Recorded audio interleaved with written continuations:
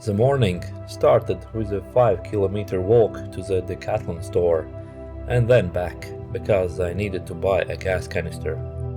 So I had already walked the first 10 kilometers without even starting the hike on the GR11 trail. Realizing the time was short and waiting for the bus to LaJonquera would take even more time, I chose to take a taxi to LaJonquera for 40 euros.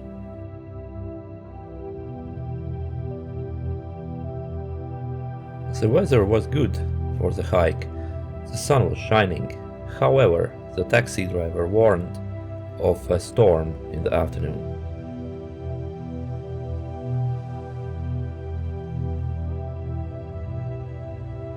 After a short climb up from LaJonquera, I decided to visit a dolmen along the way. It was close to the trail, but it took a while and wasn't worth it.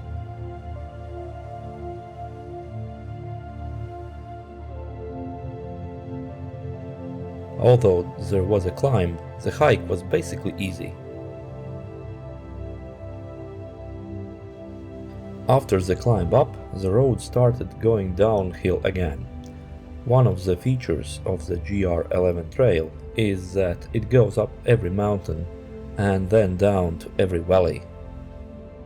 On the way, I came across an abandoned buildings that nature was slowly reclaiming from humanity.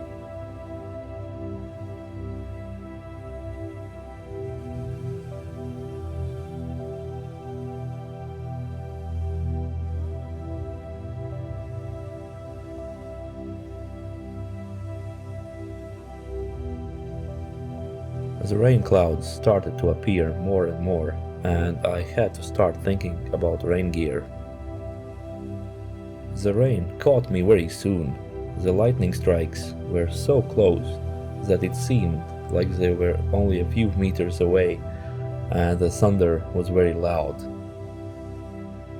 After a few minutes, a real apocalypse broke out. Storm with hail the size of a cherry. These ice balls easily pierced the branches of the trees where I tried to hide under. The hail turned the mountain road into an impassable ice rink.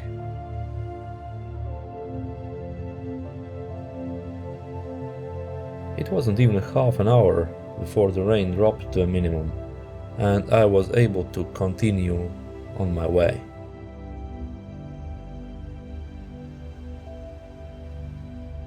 I chose not to make a stop in the village of Lavallole because I was already behind my planned hiking time.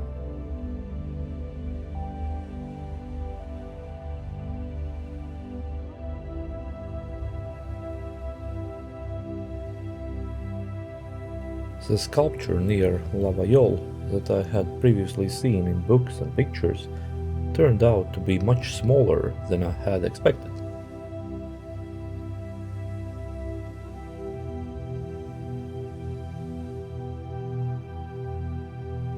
The temperature felt like it had dropped from plus 20 degrees Celsius to about plus 4 degrees Celsius.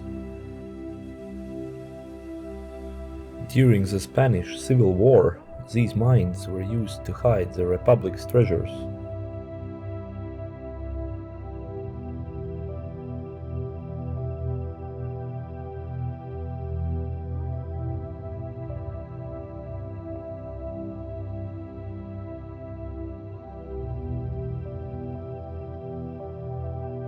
After the mines, the trail continued through the forest, and my light shoes got completely wet again.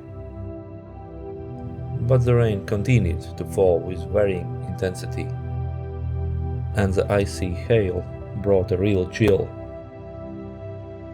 In the heavy rain, the muddy trails had been washed away, and in places even turned into rivers, and my hiking speed dropped to a minimum.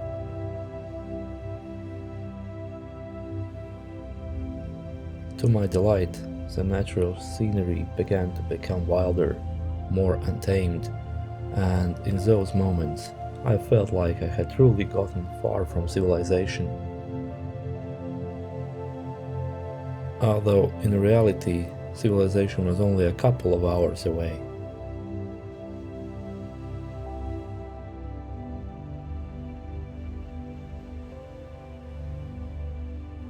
Clean water. Fortunately, the springs had not dried up in this part of the trail. As I approached Macanet de Cabrenys, the trail became wider, and the sound of cars could be heard somewhere nearby. But instead of going out to the village of Macanet, I took the wrong turn and went a long way in the wrong direction. Fatigue leads to many simple things being overlooked or misunderstood, which leads to mistakes. Like in this case, by choosing the wrong path. Although the river to be crossed wasn't large, the rain made the wood slippery, and it was a real struggle to cross. Trekking poles helped a lot in this case.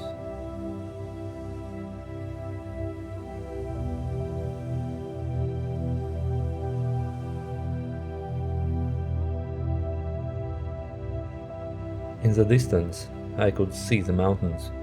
Probably I had to climb up there, but it was already late. Considering the options, I still decided to continue on my way and skip a closer look at the village of Macanet. The sun was supposed to set in about an hour. Every minute was precious, but I managed to get lost again. As it had happened countless times before, the signs for changing the direction of the trail were small, and in a hurry you might not notice them. Deep down in the valley I could hear the river, and that meant a long climb down, because according to the map I had to cross this river. In addition, the slippery rocky path made it impossible to develop a normal hiking speed.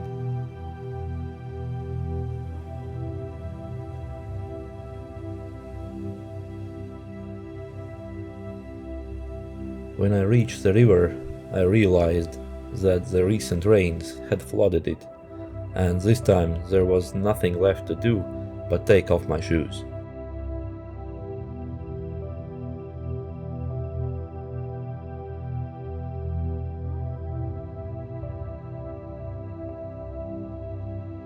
However, I must say that the cool water was good for my tired feet. What wasn't was getting the compression sock back on the wet foot.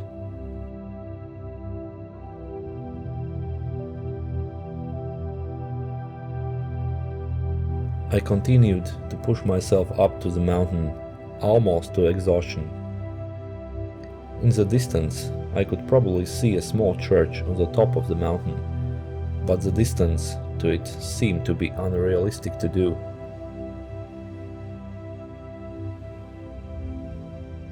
As a plan B, I planned to spend the night somewhere near this church.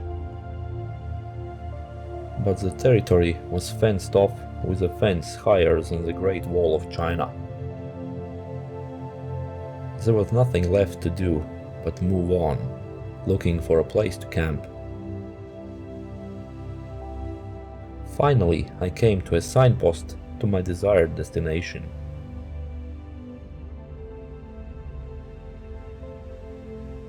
When I had already walked for a half an hour, the next road sign still showed 3.8 kilometers to the destination.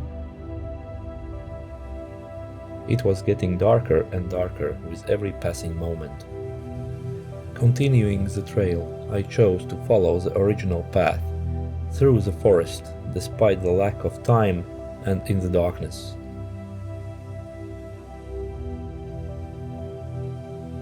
After a long walk in the dark using a headlamp, I finally reached my originally planned destination.